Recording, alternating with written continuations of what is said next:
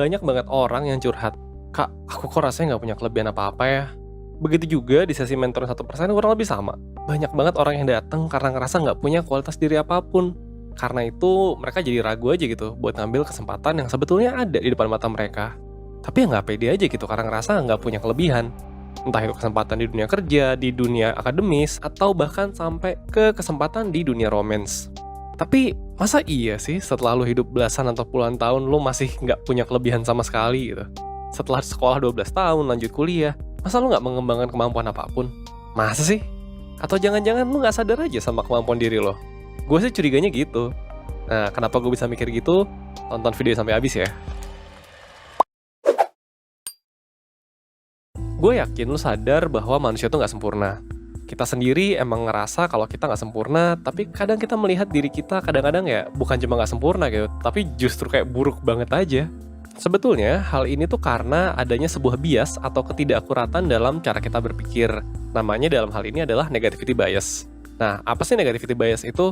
Simpelnya gini, negativity bias adalah kecenderungan kita untuk lebih sering mengingat pengalaman atau informasi yang sifatnya negatif.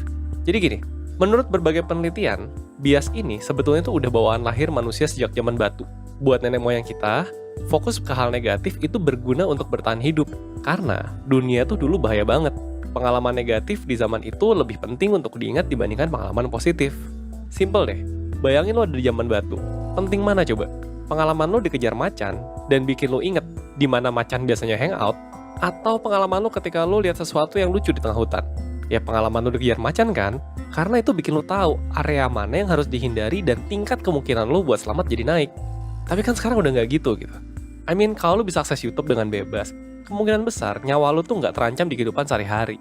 Dan lo actually bisa melakukan hal yang nenek moyang lo di zaman batu nggak bisa. Hidup nggak cuma sekedar hidup, tapi lo bisa actually mengejar hidup seutuhnya.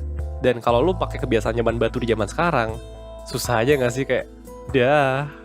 Nah sayangnya nih, sifat-sifat warisan dari zaman nenek moyang ini membekas aja gitu dalam diri manusia. Bahkan sejak bayi pun otak kita tuh udah tersimulasi sama hal-hal negatif dibandingkan positif.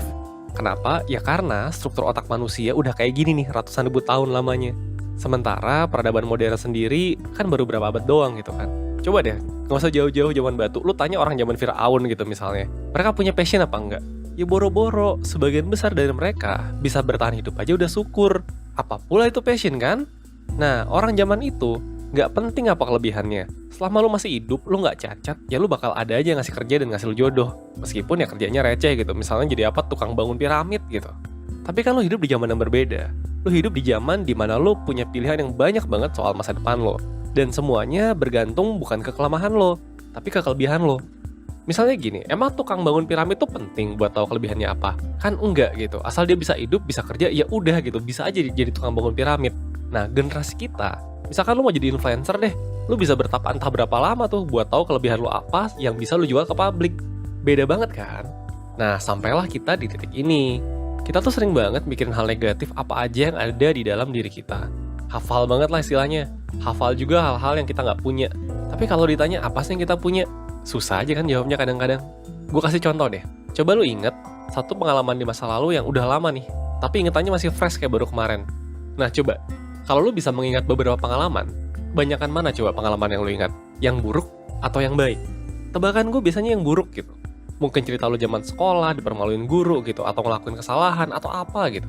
Contoh lainnya coba deh, lu ingat-ingat feedback apa aja yang lu dapetin akhir-akhir ini. Kalau gue boleh nebak nih, lo pasti banyak kan ingat feedback negatifnya gitu dibanding positifnya. Padahal ada kemungkinan jumlah yang lo terima tuh sama banyaknya atau bahkan justru banyakan yang positif. Ya inilah yang tadi gue sebut dengan negativity bias. Kita tuh jauh lebih gampang buat ingat hal-hal negatif dibandingkan hal-hal positif. Dan itu kadang bikin kita nggak pede aja kan. Padahal ya sebenarnya orang lain juga pernah kok ngelakuin hal-hal bodoh kayak gitu, nggak cuma lo doang. Percaya sama gue. Satu atau semua hal itu ya sebetulnya berkontribusi ke bagaimana lo memandang diri lo juga. Salah satunya, jadi lo lebih fokus ke hal-hal negatif dan kekurangan yang lo miliki. Nah, kecenderungan buat merhatiin kekurangan diri ini ada banyak banget sih dampaknya. Balik ke penelitian lagi deh. Ada sebuah eksperimen yang dilakukan oleh Muller-Pinzler tahun 2019 yang membuktikan bahwa setiap kali negativity bias kita tuh bekerja, self-esteem kita, alias rasa percaya diri kita, rasa keberhargaan diri kita itu tuh terancam. Gue udah sering banget bahas di video 1% apa aja pengaruh self-esteem dalam hidup kita. pengaruh self esteem yang positif itu gede banget buat keseluruhan psikologis kita, dan ya sebaliknya juga berlaku gitu. Dan semakin lu sering melakukan negativity bias, semakin rendah self esteem lu, kan masalah gitu kan.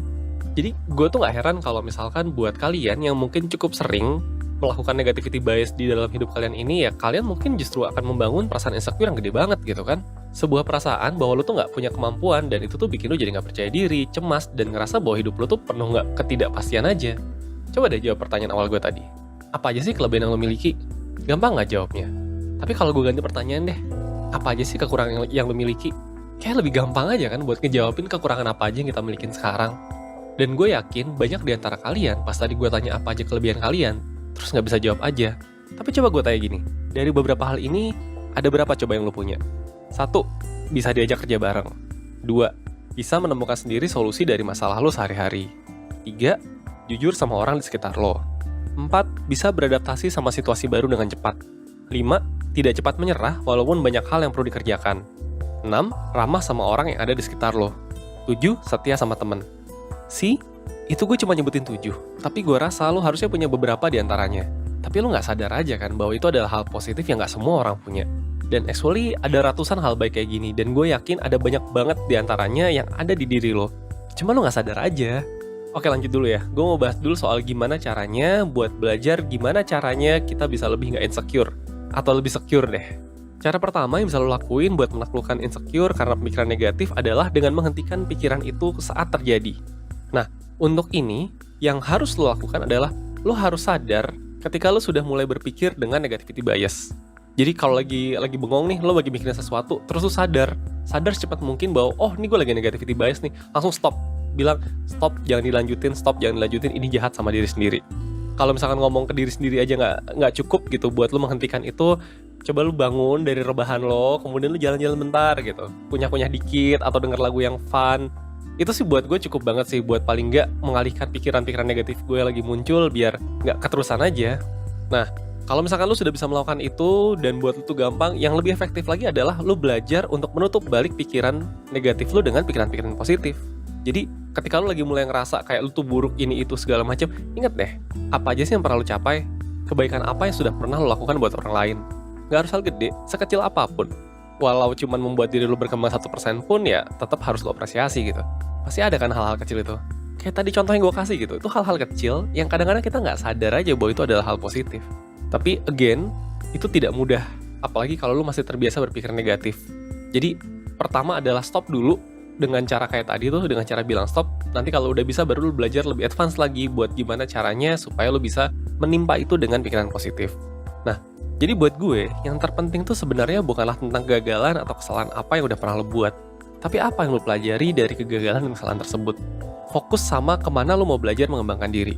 Sekian dulu dari gue, semoga kita bisa ngobrolin tentang kemampuan diri lagi, dan lu nggak lagi-lagi ngerasa insecure dan justru merasa bersyukur.